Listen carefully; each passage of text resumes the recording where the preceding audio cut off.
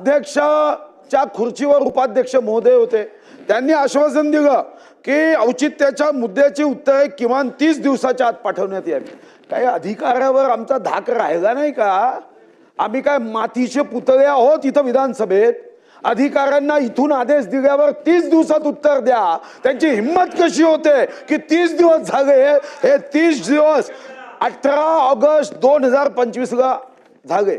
2,47,897 कोटी त्यांच्या कुटुंबाचं पालनपोषण करायला आम्ही पगार देतो की जे गरीब ज्यांचा 1-1 वर्षापासून पगार झाला नाही त्यांचा मुद्दा मांडल्यावर 30 दिवसात उत्तर देण्यासाठी जातो।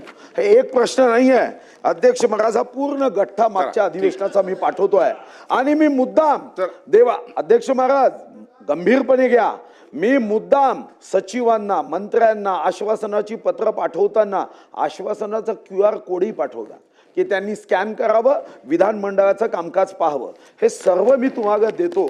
आपण ज्या खुर्चीवर बसला आहात ना, माणूस किती मोठा आहे हे महत्वाचं नाही, तो किती वयाचा आहे हे महत्वाचं नाही, तो रंगाने गोरा आहे का हे महत्वाचं नाही, त्या खुर्चीचं महत्व आहे।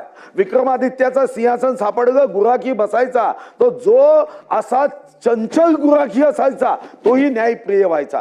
तुम्ही तर हिंगणघाटचे आमदार आहे, तुमच्याकडून अपेक्षा आहे विदर्भाच्या भूमीमध्ये आपण विधानसभा या सर्व आश्वासनाचं जे इथं आश्वासन दिलं नशा पाणी न करता हे सर्व तुमच्याकडे पाठवतोय। QR कोड सहित आहे, त्याच्यावर फक्त मोबाईल स्कॅन करा, डोळ्यांनी पहा तुम्ही काय उत्तर दिलंय। पण आम्हाला या सभागृहामध्ये इतके वर्ष आता लाज वाटायला लागली आहे की अधिकाऱ्यांसाठी 11व्यांदा पाठवावं लागते की आमदार रागावर जिल्हा अधिकाऱ्यांनी बुड काढून उभं राहावं। 11व्यांदा GR आणि पेपरवाल्यांना माहित नसतं, त्यांना वाटतं हा काहीतरी नवीन नियम आहे, तशरीफ खडे करो, हा नवीन नियम आहे। आमदार